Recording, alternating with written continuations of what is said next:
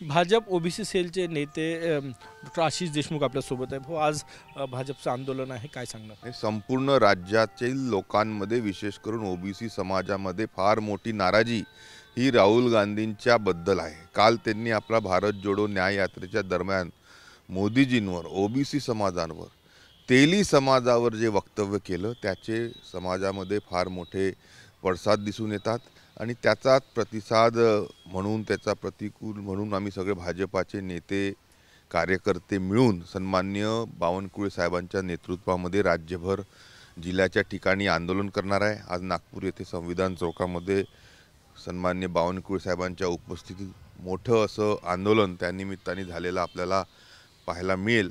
पण सातत्याने ओबीसींबद्दल चुकीचे वक्तव्य देणारे राहुल गांधी, ज्यांच्या वडिलांनी, आजींनी, आजोबांनी सातत्याने ओबीसीचा विरोध केला, आरक्षणाचा विरोध केला, मंडळ कमिशनचा विरोध केला, अशा राहुल गांधींबद्दल नाना पटोले का बोलत नाही? ओबीसींचं स्वतःला नाना पटोले नेते संबोधतात। मागील 4-5 महिन्यामध्ये ओबीसी समाजाच्या एकही आंदोलनामध्ये नाना पटोले उपस्थित झाले नाही।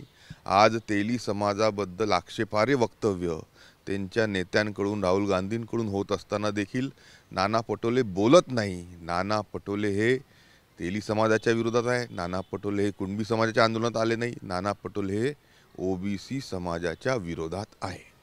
ओबीसीच्या मुद्द्यावरूनच काँग्रेसने तुमच्यावर कारवाई केली होती।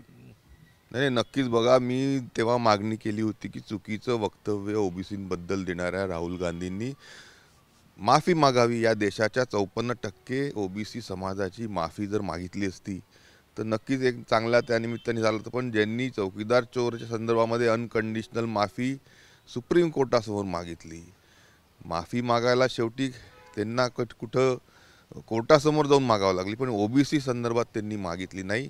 नेहरू गांधी घराणं हे ओबीसींच्या विरोधात आहे आणि म्हणून राहुल गांधींचा DNA हा अँटी ओबीसी आहे आणि त्याचसोबत आपण पाहतो की भाजपाचा DNA हा ओबीसी आहे, ओबीसी आहे, ओबीसी आहे।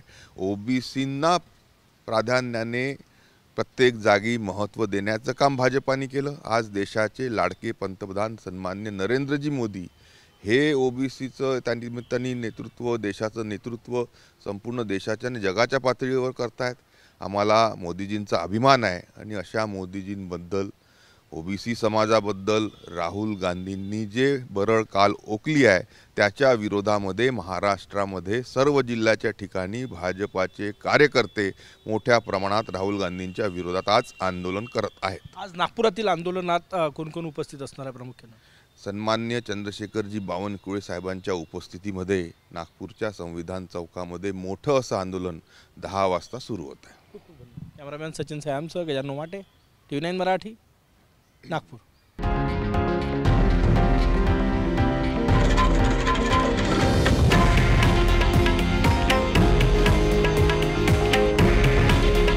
हे आहे देशातील नंबर 1 न्यूज नेटवर्क आणि आपण पाहत आहात TV9 मराठी। काळजी तुमची, हित महाराष्ट्राचं।